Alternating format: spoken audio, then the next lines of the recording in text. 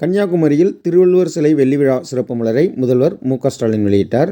வெள்ளி விழாவின் போது ஒவ்வொரு ஆண்டும் டிசம்பர் மாத கடைசி வாரம் திருக்குறள் வாரமாக கொண்டாடப்படும் அப்படின்னு முதல்வர் மு.க.ஸ்டாலின் அறிவித்தார்.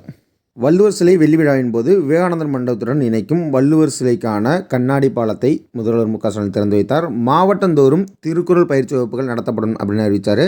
கன்னியாகுமரி பேரூராட்சியை நகராட்சியாக தரம் உயர்த்தப்படும் அப்படின்னு அறிவித்தார்.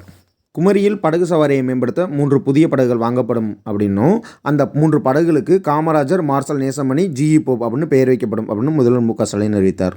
திருக்குறளில் உள்ள 133 அதிகாரங்களின் காரணமாக 133 அடி உயரச் சிலை செப்டம்பர் 6, 1990 கட்டத் தொடங்கப்பட்டு ஜனவரி 1, 2000 ஆண்டு திறந்து வைக்கப்பட்டது. அன்றைய முதலமைச்சர் மு. கருணாநிதி அவர்களால் திறந்து வைக்கப்பட்டது.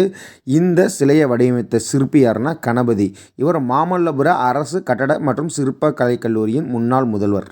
ஜனவரி 1, 2000 ஆண்டு திறந்து வைக்கப்பட்ட திருவள்ளுவர் சிலை தற்போதைக்கு 25 ஆண்டுகளை நிறைவு செய்துள்ளது. அதோட வெள்ளி விழாவின் போது பேசிய முதல்வர் மு.க.ஸ்டாலின் அவர்கள் பெரியாரை பற்றி ஒரு கருத்து சொன்னார். நமது மதம் திருக்குறள் மதம் என்றும், நமது நெறி என்னன்னா திருக்குறள் நெறி அப்படின்னு தான் பெரியார் சொன்னாங்க அப்படின்னு சொல்லியிருக்காரு. அடுத்தது, ஆட்சிக்கு வரும் முன்னரே சட்டமன்றத்தில் வள்ளுவர் படம் திறக்க வைத்தவர் கலைஞர் கருணாநிதி தான் அப்படின்னு சொல்லியிருக்காரு.